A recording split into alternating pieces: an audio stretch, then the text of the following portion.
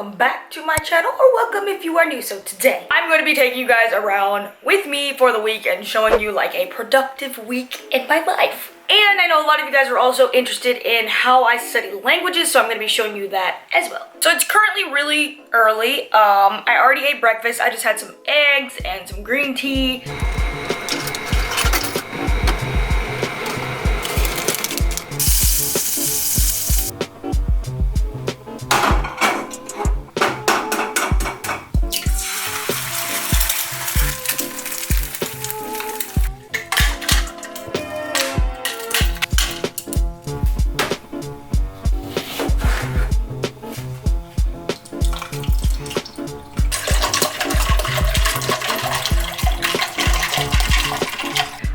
Super tired today, so I had to like already put on makeup, but usually I don't wear makeup until like midday.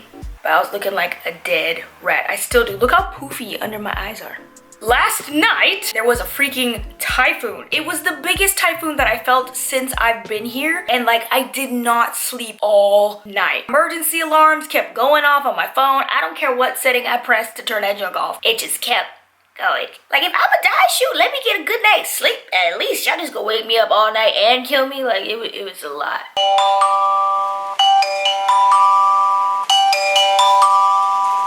So there is a typhoon today and tomorrow. It freaking sucks. Oh my god. I'm so mad. You can't even see this, but like my little shoe area is like filled with water. Oh my god, look at this. Oh my god.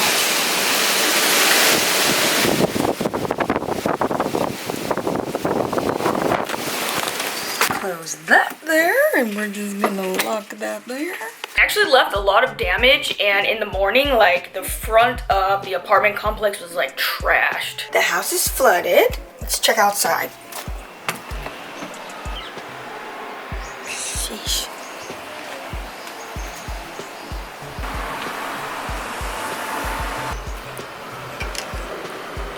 This is so dangerous. The like electric wire came off. That's not cool. This is like where we walk, so I have to duck. And ugh.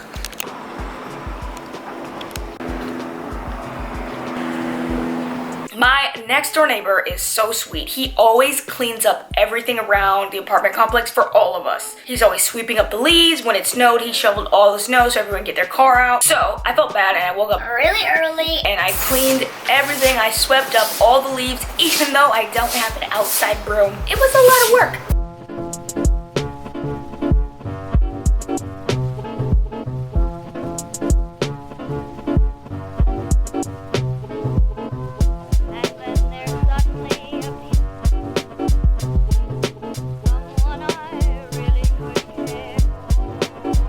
I think I did a pretty good job.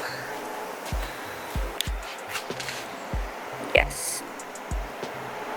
My wig was all towed back, so I had to put on another wig because I was sweating up a storm. It's been a rough couple of days. So in the morning, I always do some kind of work for myself for a few hours. So I'm gonna sit down and I'm gonna get some work done at the computer. This is my real life, y'all. I just be at this computer for hours.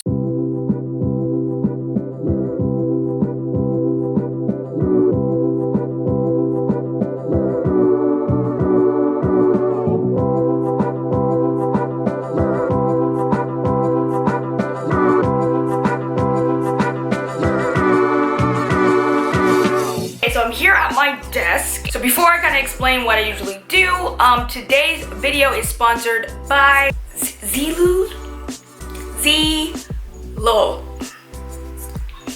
So let me just say, this is probably the most excited for a sponsor I've ever been. I don't know why, but I really love this company. So they sell prescription and non-prescription glasses, sunglasses. They also have some accessories as well. I have to wear glasses, right? In my recent vlogs, I got so many comments on how I look like a grandma. My glasses are so freaking ugly. I could not wait to get a pair of stylish glasses. You know how it is. You got that budget insurance. You go to the eye doctor. They're like, here's your glasses. These are for you to see. That's it.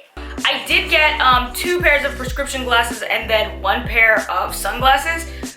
Their website had so many cute glasses that I could not pick the third pair, and I just got some sunglasses. Let's try them on. So these are the first ones that I got, and I don't know why, but I love gigantic round glasses. I also got this really cool glasses chain. I don't actually know how to wear these. This is so pretty though. It has like pearls on it and it's gold. I'm guessing it will go something like this. Let me know down below if I could be Harry Potter's sister. Look like I'm really good at science right now, like really good, when in reality I failed math and science horribly. These next pair are the #1 reason why I was so freaking excited. So, I got these crystal glasses, which look like, I don't know, they look like computer editing glasses. I love this style, it's so freaking cute. And the best part, so not only are they prescription, but they have anti-blue light coating on the lenses. Which means that you can sit and stare at the computer for hours without ruining your eyes, which is very important for me right now. One other thing that I got, as I said, they actually sell like some jewelry pieces, and I got these earrings. Guys, look at these. These are so cute. I saw these and I was like, these have such Bali vibes. I gotta get these. So I plan on wearing these on my trip. Let's just see what it looks like. I'll put one on. Oh, that is so cute.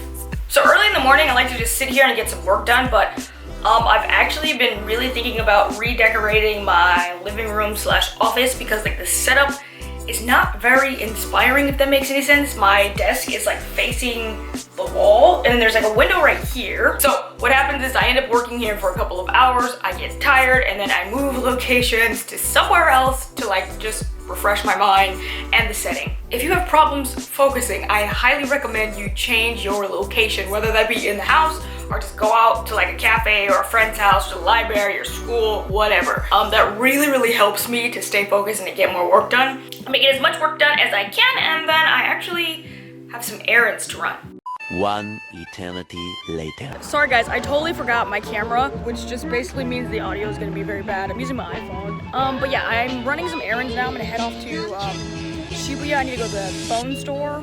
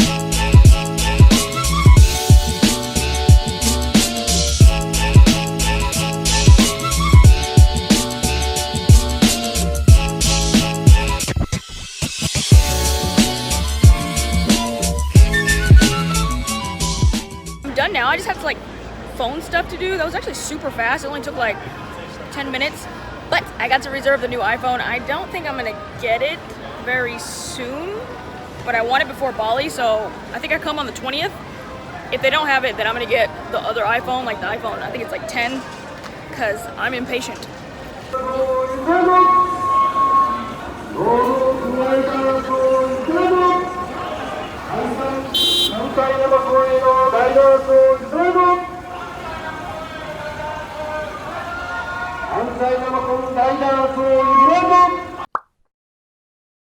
So it is currently like early as flip. I am gonna get up, which is really hard. I have work later on today, and then all this morning I'm doing like work stuff for me. If there's any productive tip I can give you, it is make sure that you work for yourself before you work for anybody else. I sound like a man, and it's not gonna change for a little while. I usually study something while I eat my breakfast, and I know a lot of you guys want to know about studying languages, so I'm gonna try to do that today. Like right now I'm actually studying like real estate, specifically like the numbers behind creating positive cash flow, because I'm really interested in rental properties. No, that's a lie. I'm really interested in houses, buying houses, period. I always have been, but I've just been poor. But you know, you never know. You never know what happens, and if you're prepared, then wonderful things happen. Even if you don't have it now, you never know about the future, so just prepare yourself and get ready. I'm really just talking to the camera this long because I don't want to get out of bed.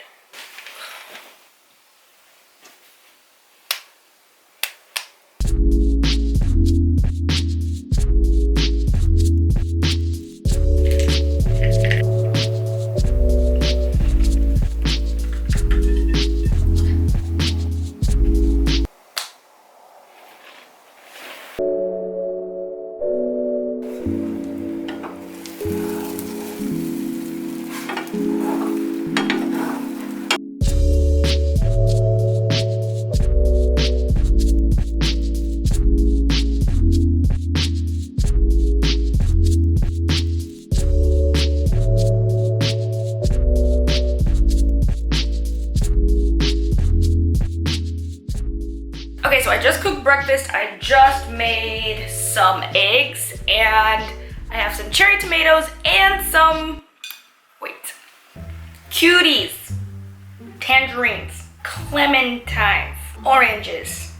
I asked you guys in a previous video what were these things called, and I got like 900 different answers, so we just gonna stick with little oranges. So a lot of you guys wanted to know how I study languages. I'm not gonna be like teaching you the language itself. I will be like sharing some tips and stuff that I do to study languages. So as you guys know, I used to live in South Korea, and I studied Korean way before I even moved there.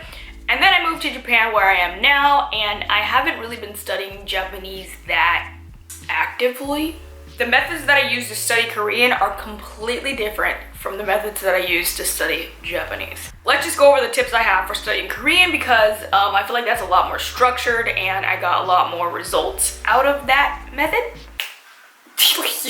So to study Korean, it was kind of broken up into like 4 phases for me. The first phase was to learn the alphabet. And now to learn the alphabet, I mean you need to learn how to read, write, identify the sounds, and be able to say them and pronounce them properly. I have a really great secret for that. So I actually learned the Korean alphabet in about 2 or 3 hours.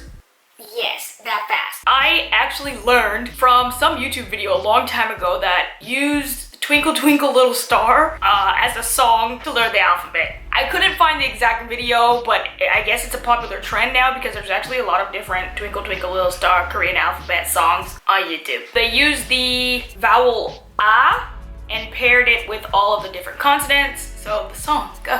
Kana tada mabasa aja chaka tapaha. The Korean alphabet is made up of the vowels and the consonants. You have to pair a consonant with a vowel. That was probably the most confusing part. And like one that looks like a O, for me at least, was the most confusing, because when it is like on top, it is silent.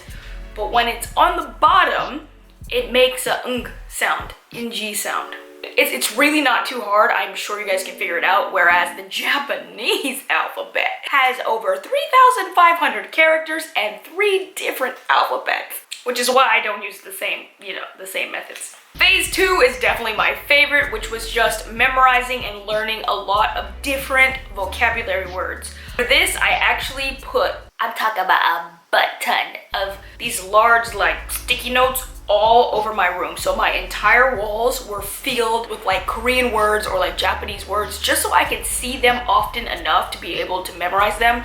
I'm not gonna give you all the details, but your girl does have a learning disability. I've always have. I've never been good at school.